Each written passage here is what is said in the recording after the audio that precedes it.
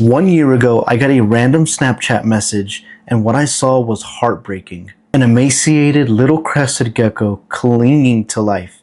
I didn't know if she'd make it, but I knew I had to try. The message came from a friend who knows that I like reptiles, but doesn't necessarily keep them. He actually had another buddy that was trying to get rid of his gecko.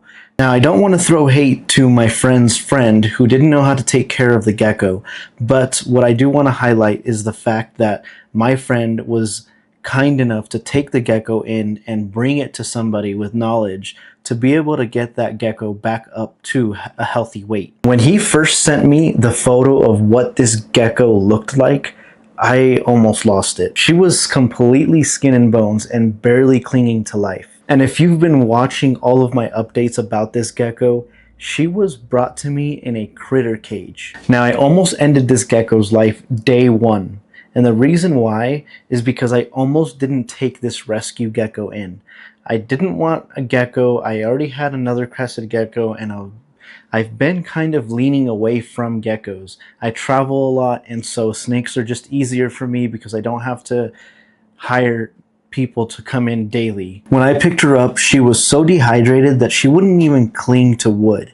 She would just completely fall off. She was severely malnourished, had no heat, no humidity. I immediately got her into a quarantine tub in the meantime while I built her another enclosure. The biggest struggles during this journey were not claiming, the shedding issues, the lesions and injuries that she had, and the weight fluctuations. Honestly, with all the issues that she kept having, I thought that I was going to lose her. And then there was the light at the end of the tunnel. One day she just started climbing and climbing. I knew that this was a step in the right direction because beforehand, she wouldn't even climb. She would just stay at the bottom of her enclosure, and I just felt so bad for her because if you know about crested geckos, they're arboreal, they're not terrestrial. So that just means that they're always in the branches, in vines, in different hides on the glass.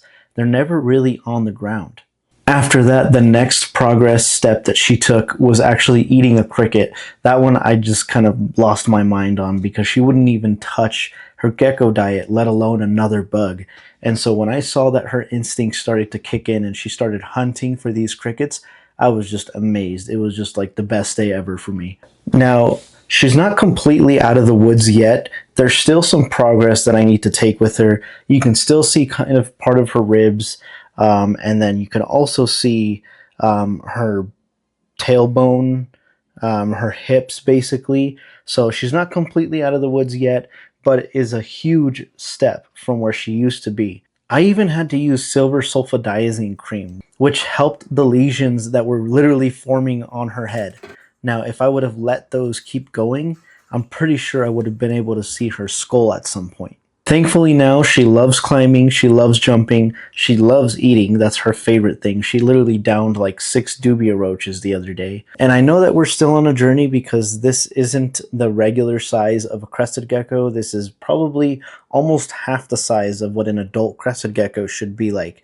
I've had her for over a year now, and who knows how old she was when I first got her, so only time will tell if she will keep growing. No matter where we are on the progress stage, I'm just completely happy with the results that I've gotten so far. I am by no means a full expert or a veterinarian or even a vet tech or anything like that. I'm just some guy that likes reptiles and wants to make sure that they're healthy and happy.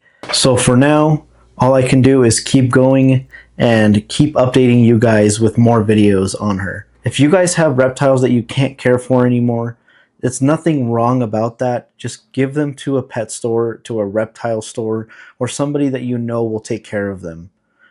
Or if you see neglect happening, offer help. Don't be rude about it or anything. Just say, hey, I noticed that your animal is not really at the stage that it should be.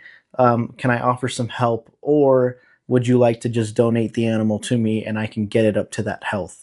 Overall, I think it was completely worth it with this little gecko, getting her up to the weight that she needs to be, sitting there for an hour just to feed her, not even an ounce of food.